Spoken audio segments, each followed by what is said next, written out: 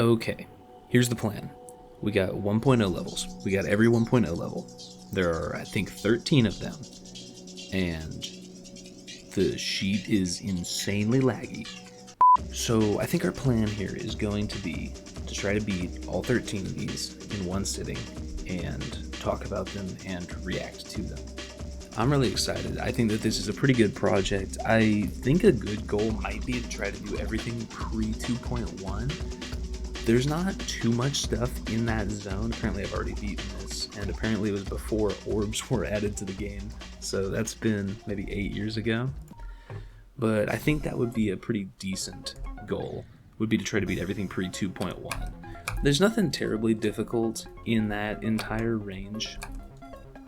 The hardest thing would be Sonic Wave or maybe Yatagarasu, so I don't think we'd be in too much trouble. You can see with this level, like, Darnock has pretty decent ideas on how to use the editor already. Like, there's real gameplay. It's not very obstacle course-esque, which I would imagine future levels may be. Does it kill you if you go on the floor the whole way here? Well, but if you want to, then you actually can play the gameplay of the level. And now we're in a ship section. And typical early level stuff, you're just kind of avoiding structures and obstacles. There's no major gameplay here. I like this corridor part. This is cool. And then you end the level. I guess you can just hold there. You don't need to straight fly. Regardless, I think this is a pretty good first level, and it makes sense that this would have been the first feature, I guess. They didn't have star rates. They didn't have star ratings at all until later in the game, but this would have been the first featured level, and I think that makes a lot of sense. Hopefully we can clear in one attempt.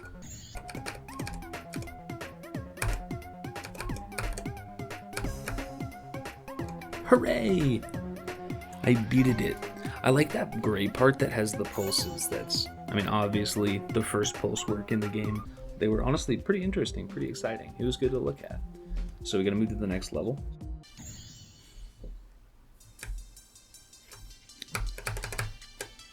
This level has really interesting structures. It's very different from the Darnock map we just played. This is a lot more of an obstacle course, like I was talking about. A lot of these old maps are very obstacle course in nature. You're avoiding mysterious circumstances and structures and objects.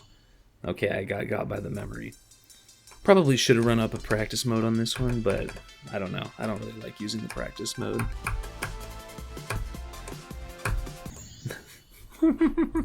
Okay, I understand. Not a fan of this can't let go style gameplay. It's super boring and uninteresting. So what do? You fall off the last one? No, there's actually, okay, so there's a pretty...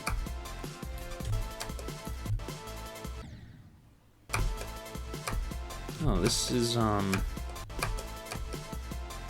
not possible? I feel rather fooled. That's a really good fake. I really wasn't expecting that. I didn't expect these levels to have hands. Oh, and the level's not really leveling anymore. Well, and so we're back to the obstacle course, kind of object spammy nature of the levels. But it is worth mentioning that the only levels they really had to go off of were the early Rob Top levels. Fell for it again award. So it makes sense that some of these levels are obviously not going to be too sophisticated. I don't know. It's the kind of thing you'd expect from the first couple levels in the game. I think that's what makes it interesting that the Darnock level before this was relatively competent. While it wasn't as good looking as a Rob Top level, it had nearly as functional gameplay as some of the early Rob Top levels. Alright, let's see if we can remember this first attempt and not be caught doing foolish things. Okay, we clutched up. We cleared it. That one is the worst level I've played so far. When this released, it was the worst featured level in the entire game. So we're going to take a quick sip of the beverage and move on to Don't Stop Believin' by the real Darnock. So I'm sure this one is going to have some actual gameplay. Should be exciting stuff. Another level I've surprisingly not actually played. Oh, I really like how this looks, actually. So Darnock was supposedly colorblind, and his mom would help him pick the colors for levels that he built. Which is pretty interesting because that first part is the best colors that I think we've seen so far. I really liked the colors that were going on in that first part, and the structuring was really exciting. Ooh.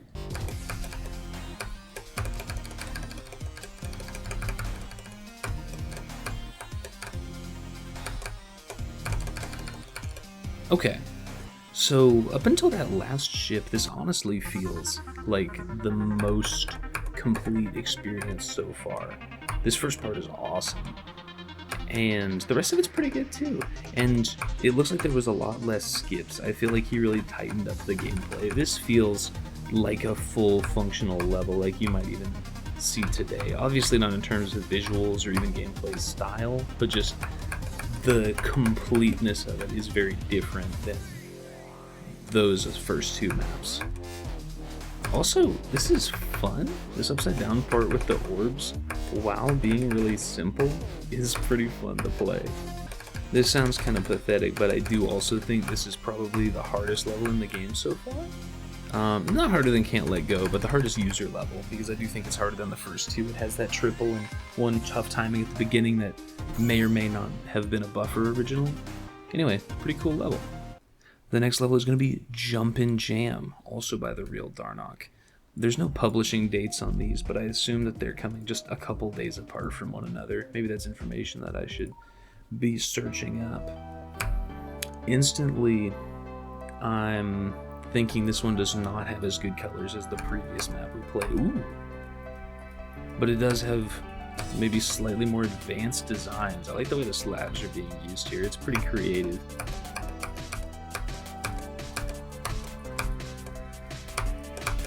Ooh. Oh, he got me. He got me again?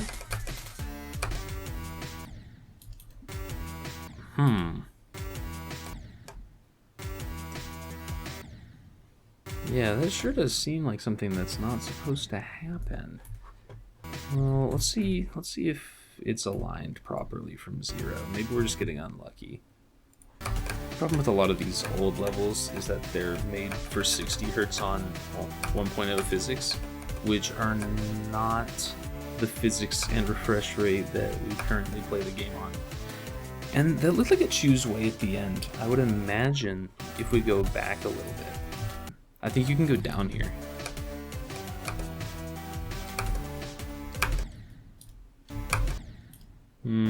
It appears to be a memory section. Okay, good. That actually did not randomly kill us due to our refresh.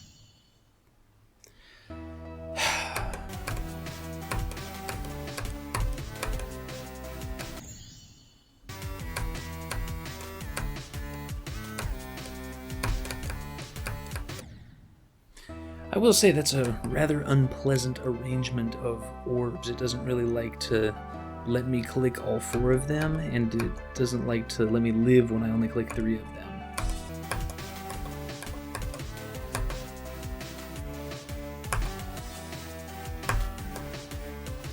Hooray! Next is going to be Switch by Ninja Wolf 4488. Which I apparently have beaten.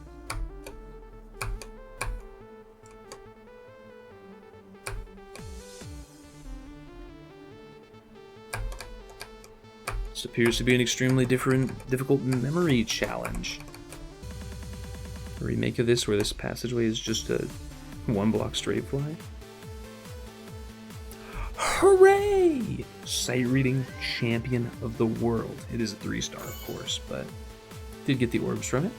Let's go to our next one, which is another Ninja Wolf 4488 banger, which is Afraid of the Dark. And this really feels like the first level that has like a cool name. The others, like Don't Stop Believin', is a kind of funny level name, but I feel like Afraid of the Dark is a really classic, old level, cool level name. And this is the first, I think this is the first level that's had like extended dark parts where like you can't see the ground spikes. I'm not sure if that's actually going to come into play. Ooh, little lightning pulse. It just came into play there. But that was like a common old way to make memory right, and it's not something that I'm particularly looking forward to when I'm playing some levels in the future. But for right now, it shouldn't be too much of a problem. Okay, and there's basically no level.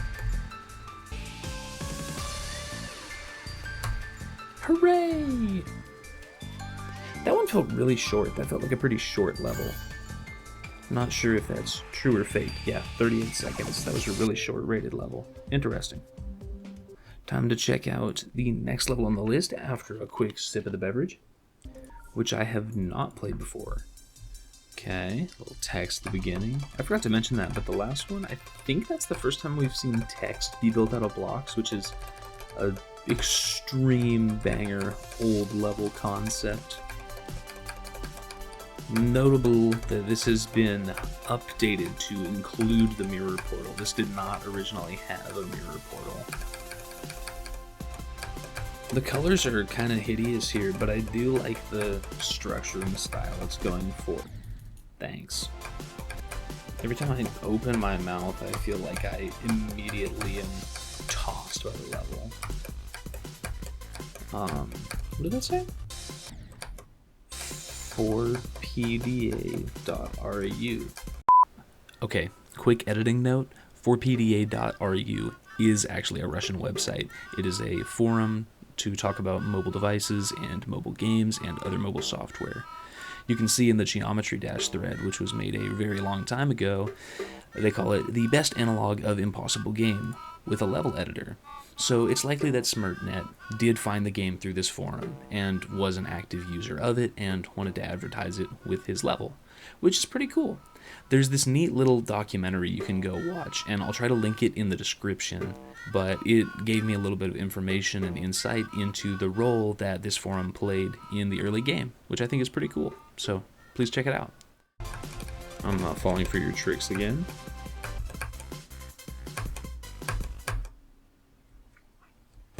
I like the colors in this specific part, this blue and bubblegum pink. Pretty exciting stuff.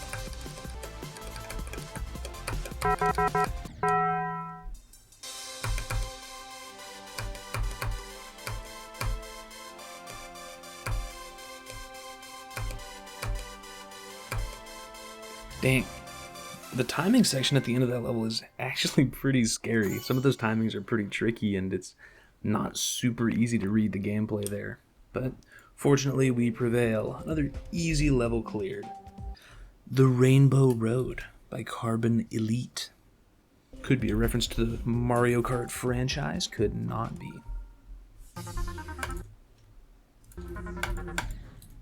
Ooh, starting off with a tricky timing. It appears like I'm just kind of avoiding items that are placed around. Ooh, look at this structure. Isn't this an interesting structure? It's got stuff inside of it contained. That is a really cool structure. I really like that. Also, much like the other one, this level is looking pretty challenging. It's had me do a couple of triple spikes already, which I'm obviously fine with doing, but the triples are maybe a little out of the ordinary within a modern context, right? You wouldn't really see multiple triples in a non-demon, honestly. This is a really unique level. This is definitely one of the more unique levels that's been played. Oh, and this is the rainbow portion. I like that. That's cool. Oh, and then there's random objects placed everywhere. Very cool. See if we can clear this one without too much heartache. Triple spikes have been kind of kicking my butt for this stream, but I think we should be able to be okay. Are those buffed? Perhaps my eyes are deceiving me, but those triple spikes look slightly buffed.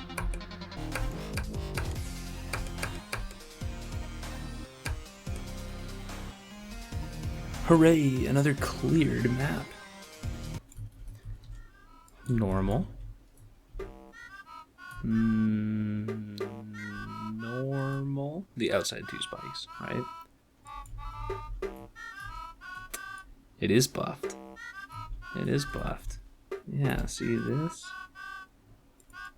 These two are moved one to the right.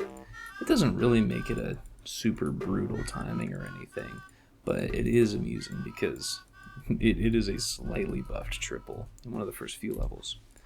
Okay, the next level we've got is M by M to Call, which may or may not be the first Korean level. Apparently I've played this before in 2.1, but I do not remember doing that. This level has really interesting visuals and structure compared to everything else. Well, now it sucks, but I like what he's doing with the slabs here. There's some pretty cool structure variations. Are you supposed to go up? I imagine. This is another remarkably complete feeling level for its time.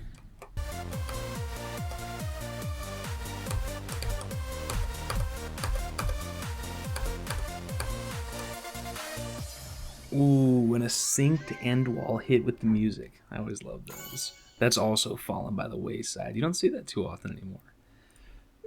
Okay, it looks like we've got another normal level, which is going to be Even Flow by Carbon Elite. Same guy as the Rainbow Road, so hopefully this one's a little easier.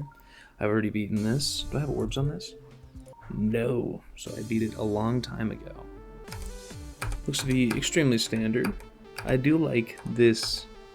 It's not jump indicators, but there's like jump path indicators made out of the no outline waffle blocks, which is pretty interesting. There's also a lot of auto segments. It's not an auto level, but there's a lot of gravity field moments.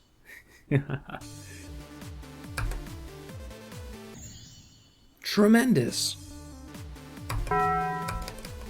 Stop. Pretty decent level. Another one that was updated mysteriously to have mirror portals from 1.1, but not a bad one. We have 3 more. This one is No by Yoxity, which I have never opened apparently. So far this is the one that feels the most like a Rob Top level. It is extremely derivative of some of those levels. I need to be cautious. There's one off-screen jump that could prove a little bit tricky. Otherwise, this is a pretty straightforward sight read, even though I think it's supposed to have memory elements. You actually might be able to jump over that. Ah.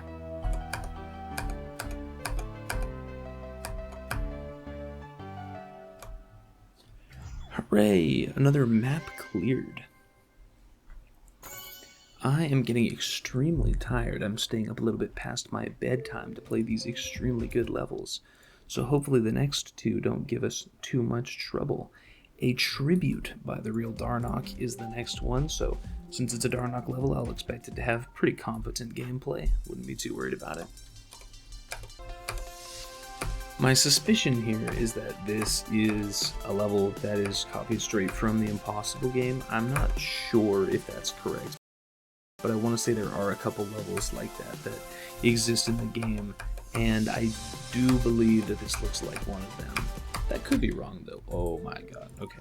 This has no memory aspects. I think we'll be okay just playing this from 0.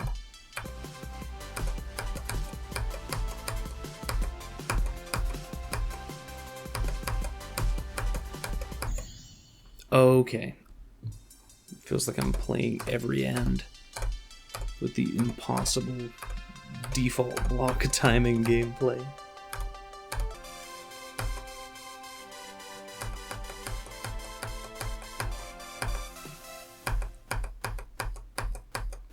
Now that's interesting.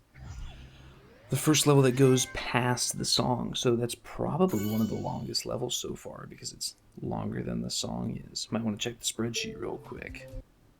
129 is the longest level so far? Correct. Okay, we got one more. We're going to play Darkness by Phoenix, and then we're going to call that a win. Which I've apparently beaten and has 20 million downloads, so hopefully we'll be okay. I accidentally clicked my keypad. I swear I didn't mean to click. Let it begin. Oh, darkness, right. Was never really a big fan of how the Geometry Dash default backgrounds looked white. Fortunately, now there's a rainbow going on that randomly switches to black, and now there's black with a red ground. A couple confusing choices in the level, but you can't really fault old creators for having weird ideas, I guess. They didn't have a lot of inspiration to draw from.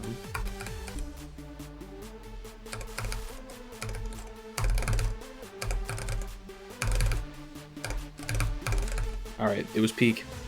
That was really awesome. I liked the text at the end made out of orbs, and the rest was pretty generally unremarkable.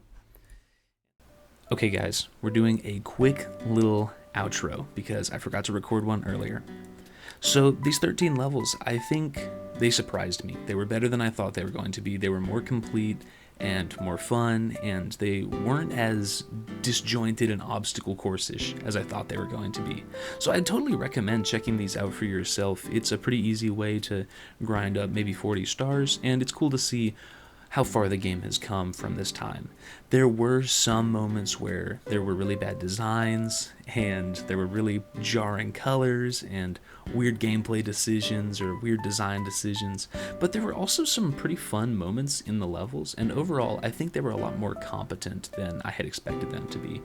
I think my favorite from the update 1.0 would probably be Don't Stop Believin' by the Real Darnock. I think this level was awesome. It started with that cool cave section and had some pretty fun gameplay later on as well.